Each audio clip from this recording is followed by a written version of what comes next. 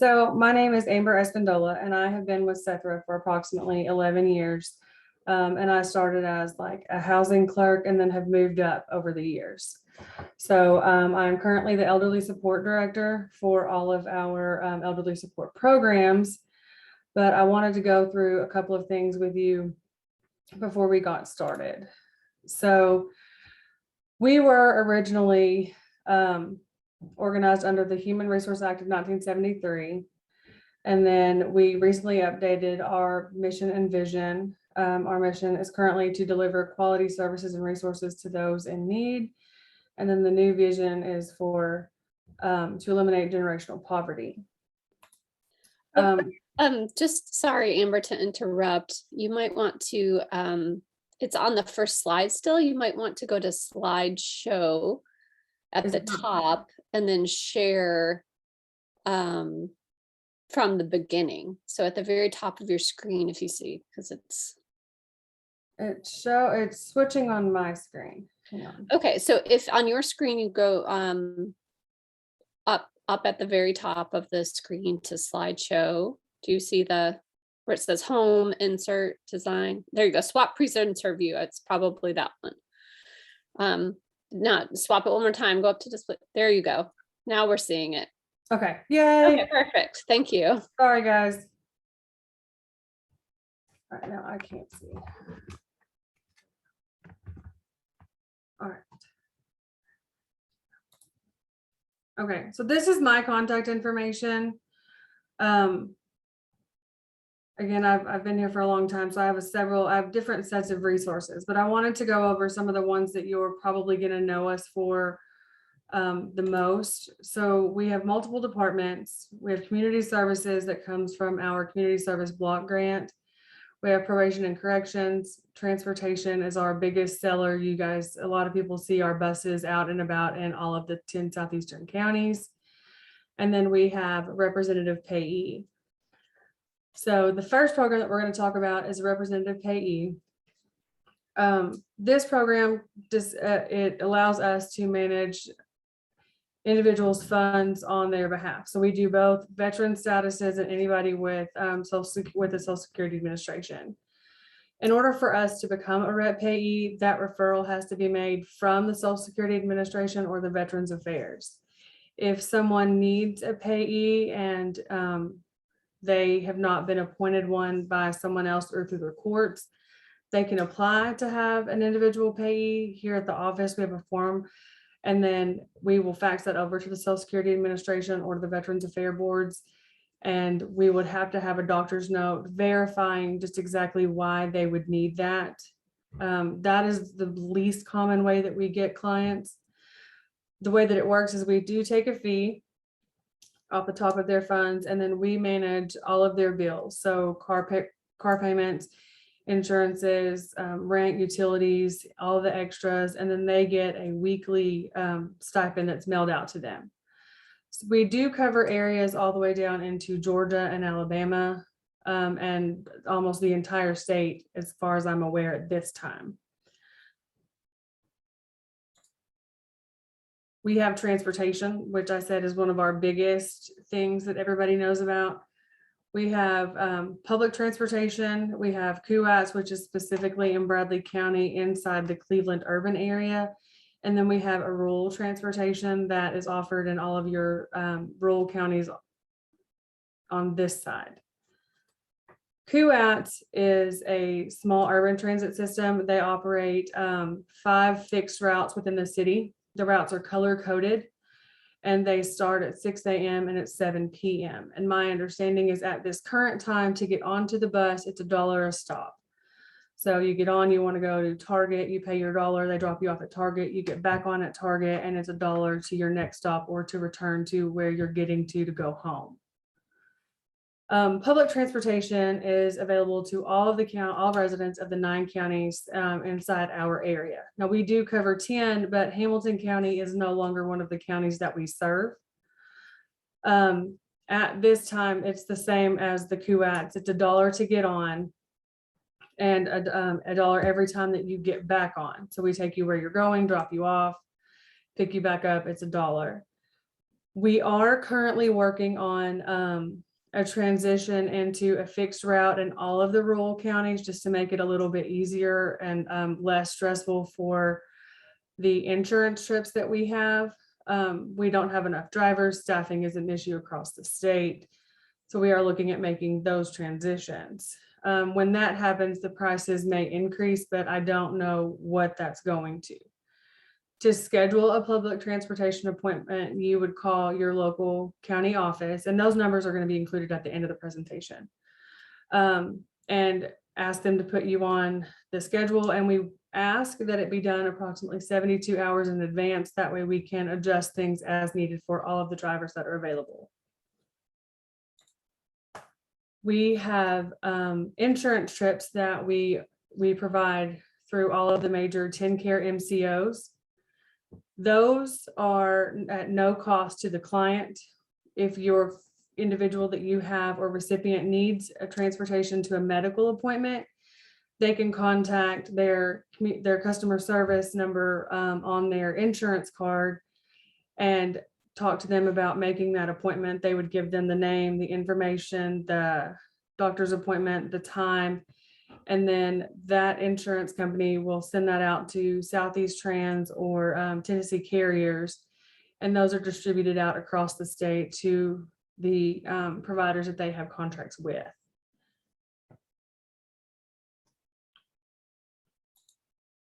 Both transportation options have websites that are included on here. If you are interested in looking at those, I can share this information with Farron if she wants to distribute it out to you guys, so you can have access to those, or you can type in sethra.us and it brings up all of our additional pages if you're interested.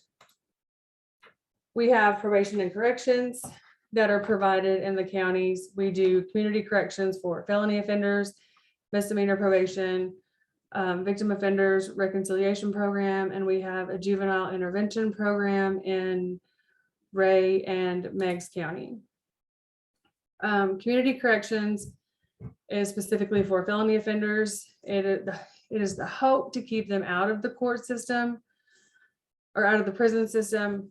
They are to report monthly, to pay their fines, victim restitutions. They do have random drug screenings and public service requirements. They can be placed in alcohol or treatment facilities to help them overcome their drug addiction processes. And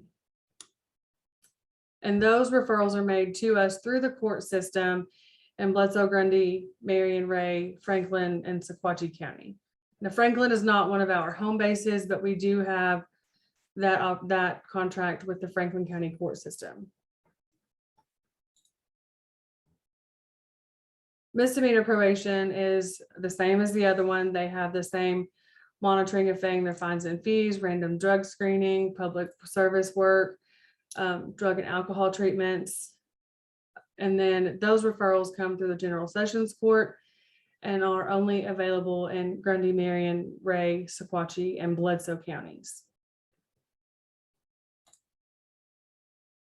Victim offender reconciliation, or VORP, those are provided through the 12th Judicial District, which covers Franklin, Bledsoe, Marion, Ray, Sequatchie, and Grundy counties.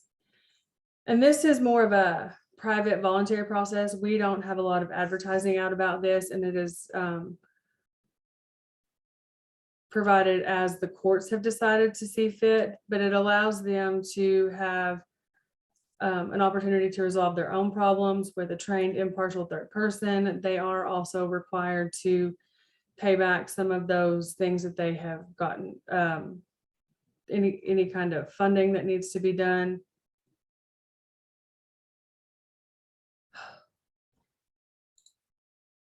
And then we have juvenile community intervention. And up until COVID, this was probably one of our favorite programs that I feel like we have. The gentleman that does this, his name is Eddie Jewell, and he takes in the juvenile offenders, and it is essentially just like probation or community services. And it's more of an intensive outpatient kind of thing. He does specialized counseling with them and the parents, random home visits, drug screens, community service. and those kinds of things. But Eddie went above and beyond for a lot of these clients. He would take them out on camping trips. He provided different things for them that weren't always there and allowed them to have a different outlook on what was available to them outside of the court system. As you know, a lot of your juvenile offenders come from potentially bad backgrounds, histories of drug and alcohol abuse inside the family or the home. So it was nice for them to have an opportunity to see life outside of that. Those juveniles are referred to us from Franklin, Marion, McMahon, Meigs, and Ray. Now, community services. This one is the one that a lot of people like to talk about. We have a multitude of grants underneath the community services, one of them being the CSBG, the rest being energy assistance and housing. So I'm going to hit on a lot of the big ones. So energy assistance is essentially a one-time annual payment to an energy source, which can be wood, propane, natural gas, electricity, or any other heating source, including kerosene. You can apply once in a physical year. The physical years run from October 1st to September 30th. For regular assistance, there is no disconnection notice required, but there is a lot of documentation needed. And then we have an emergency system that is set up in each of the counties that requires a disconnection notice and meeting some of the following requirements, either a disability 60 or above, a child under the age of 6, or a lost job or wages, or an uncontrollable circumstance. Those are typically done if we have the emergency funds that day. To apply for these programs, you can make an appointment at your local office, or we did have the application on the sethra.us website. But in order for you to apply, you need Social Security cards for everyone inside the home. You'll need 2 IDs for all household members, and that can be a driver's license, an insurance card, things like that. For children, I know that y'all are like, how do we have that? So TennCare cards, insurance cards, vaccine registrations, birth certificates, things like that. We'll need proof of income for the last 30 days inside the home, and then a veteran's active duty ID or paperwork. You'll also need a 12-month printout from all of your energy companies. Now, that's something that we can usually call your local energy source and get on our own. A current bill, and if you're going to apply for someone else, you will have to have a power of attorney. For any homebound clients that are unable to get out, we can mail the application or scan and email the application, and they can scan it back. And that's a one-time pledge, and currently it's up to $600. We have a community service block grant that covers a health program, which we are currently able to provide prescription assistance for anything that is a non-narcotic, dental assistance, either tooth repairs, potentially dentures, things like that, nutritional supplements such as Boost or Ensures, adult diapers, just about anything that we could get a prescription for. This is not an inclusive list. This is just a rundown. We also have an Upward Bound program, which is essentially a self-sufficiency program to allow those that are able-bodied to work, get assistance. We have an emergency program, and then a COVID-19. All CSBG requirements are the same across the board. You'll need Social Security cards for all household members, proof of income for the last 30 days of anyone in the household. Anyone that is applying for emergency assistance will have to be elderly or disabled, or in the home with an elderly or disabled individual. And included in the emergency, we can help with homeless prevention or homeless rent and water deposits. Homeless prevention is for those that are behind on their rent or mortgage that need just an opportunity to get caught up. Homeless rent and deposits is for those individuals that are homeless on the streets or not residing in a place meant for human habitation. And if it's a once in a lifetime, but they can get rent and water and light deposits one time to get them set up into an apartment for them to, or a home for them to stay in. Our COVID-19 and Upward Bound kind of work hand in hand. They do approximately the same things. Paperwork's the same, but they are for able-bodied individuals who are able to work. And for COVID-19, if they have lost work or hours due to COVID, starting in March of 2020, they can be put into the COVID-19 program. My understanding about that is the requirements are not as stringent. With the Upward Bound program, there's a contract, and the essential points of those are to reduce assistance or dependency on federal and state programs and assistances, and increase disposable income. The girls that run those right now help them find employment or seek better employment, get their educational requirements started or completed. They also there's a girl in Jasper who is helping them do application paperwork, resumes, just different things to help them get back out into the job field. It can help with work-related equipment and clothing, including shoes, hearing aids, hearing protection, things like that. Resume development, work search, past due rent or first month's rent. It says some utilities, they prefer not to be super involved in the electricity portion of it or the light portion of it, because we do have the light heat program. Gas vouchers to and from work, obtaining birth certificates and other IDs, testing fees and course requirements, and tuition. That's not an all-inclusive list, but those are some of the bigger ticket items that we have seen. We have a child and adult food program, and this is for child care centers and child care in-home providers.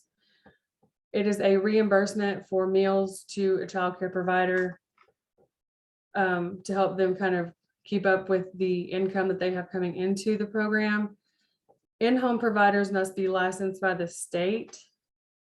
Daycare providers are licensed through the state and are eligible to participate in the program. We have a commodities distribution that is in all of our counties. We are not currently requiring in-hand identifiers to qualify. If you walk in and say, I'm getting food stamps or I'm getting TANF, we will go ahead and do the application and go on. The state is allowed us to have 150% of the poverty level or below, but again, we are not requiring in-hand qualifiers. This is quarterly boxes that are provided out to the local counties in Bledsoe, Grundy, Marion, Meigs, McMinn, Ray, and Polk. And it says for low income or no income or disabled individuals. But at this time, we are not, again, like I said, not requiring proof of any of those things. Elderly support is my specialty. We offer community-based and cost-effective alternatives to institutional nursing homes.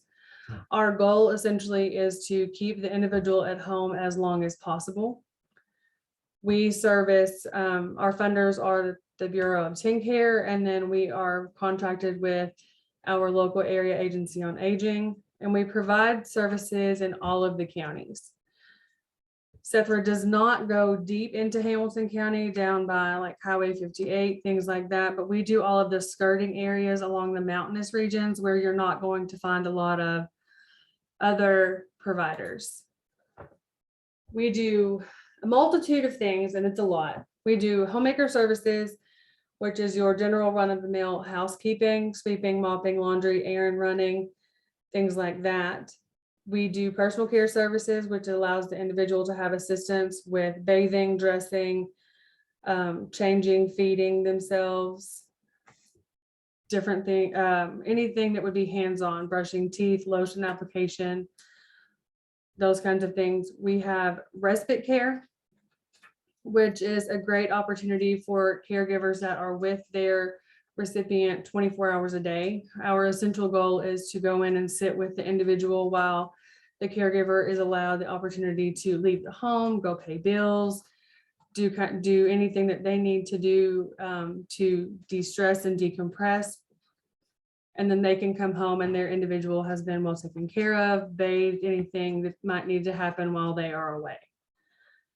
Personal care and attendant care, those two go specifically with our MCOs for TN care.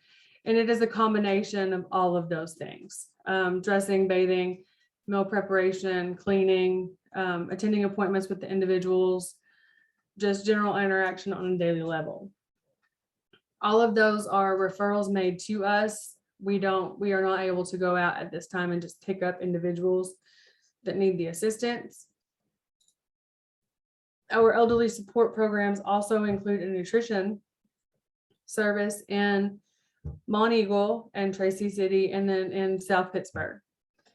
Our programs provide at least one hot meal per weekday to individuals that are on our home delivery route or in our congregate settings.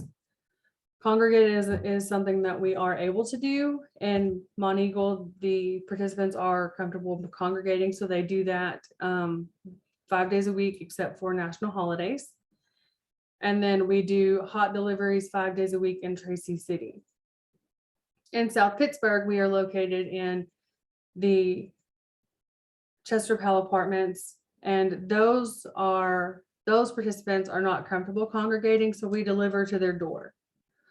We bag up their stuff, go knock on their door, and deliver their meal that way. When they are comfortable, we are able to congregate in their kitchen area. These services you can apply for in person. For congregate, you can go in, sign up, tell them what you want, and we can essentially start your meal 2 days later. For home-based, I got ahead of myself. For in-home services, you can call the AAAD, and there's currently not a waiting list on any of the counties that are delivering home D meals. And it takes about a week or so to get them started, but they are hot meals delivered 5 days a week. Sethra has four different housing opportunities. One of them is not on here. Cedar Grove Way Apartments is something that Sethra owns. We have the Housing Choice Voucher, which was formerly Section 8. We have a permanent supportive housing program, and then we have a Shelter Plus Care program. Cedar Grove Way Apartments are Sethra owned, and they are 1-bedroom duplexes that are right in front of our Dunlap office. Those apartments are specifically for people with mental illnesses, disabilities, felony records that are not able to live anywhere else, or are recovering addicts. The preference is given to the adult community corrections and probation officer or probation programs, and that is only available in Sequatchie County. They are not subsidized rentals, but they are low income rents. The Housing Choice Voucher program is just like it was Section 8. What it does is you can apply. There's a wait list that is years long in all of the counties that I know of, but it allows individuals to be able to rent homes inside the communities and have a safe and affordable housing. They will pay a portion of your rent based on your income. We do not currently own a housing project, but it's the same concept of the subsidized monthly rent. The landlord has to agree, and the home has to pass an inspection. And that preference for individuals that are given that voucher are based on a point system, and it typically starts with elderly and disabled, disaster household victims, victims of domestic violence, and then it goes down to work abled, and then non-working, and then everybody else. Permanent supportive housing and Shelter Plus Care are exactly the same as Section 8, except they require that the person be homeless. And the homeless verification must come from a local authority. So a police department, fire department, housing, health department, local church, it has to be something like that. The program itself functions just like the other ones. They will pay a portion of your monthly rent. And then you would be required to pay the rest if you have income. But these two programs target homeless individuals, disabled individuals with physical, mental, or emotional impairments, developmental disabilities, and substance abuse disorders. And that money comes from the continuum of care from the Chattanooga Homeless Coalition and covers Bledsoe, Bradley, Grundy, Marion, Meigs, McMinn, Ray, Polk, Sequatchie, and Hamilton County. In order for us to service that client, we get the referral from the Homeless Coalition in Chattanooga, and they tell us where we are to house that person. And I just have to chime in that we're running out of time here. Okay. So we just have to move on if we can wrap up. Sorry about that. That's okay. The last two were weatherization repair and then court appointed special advocates, but this is the contact information for all of those counties, if you guys are interested in that. And then any questions, my information is included in here as well, and I will email this to Farron in case you guys are interested. Yeah, and can you put your contact information, if that's okay, also Yes, in the ma'am. chat box for everybody, because I think this is just an invaluable array of services that you all It's a offer. lot to take in, and so I tried to ping a lot of the bigger ones first. Mhm. But I will absolutely put my contact information in the chat box. Right. Yeah, and I think something we're seeing, thank you for stepping in there, Farron, that we're seeing is this continuity of lots of places providing resources for food, for transportation, for bus vouchers, for medication assistance, to having social workers or folks who are designated to help patients navigate in all these community resources. It's amazing to see everything everybody is able to do for the patients. So I had no idea y'all did all of that. A lot of people don't. They know the buses, and that's always my starting point. Like, you guys know we do transportation. Let me tell you about the rest. Yes. Yeah, absolutely. That's phenomenal. To answer Tina, yes, we will try to get a copy of everyone's slides, and this is also being recorded. So for posterity, if you would like to zoom back through any of this, you'll have access to the recordings for registering.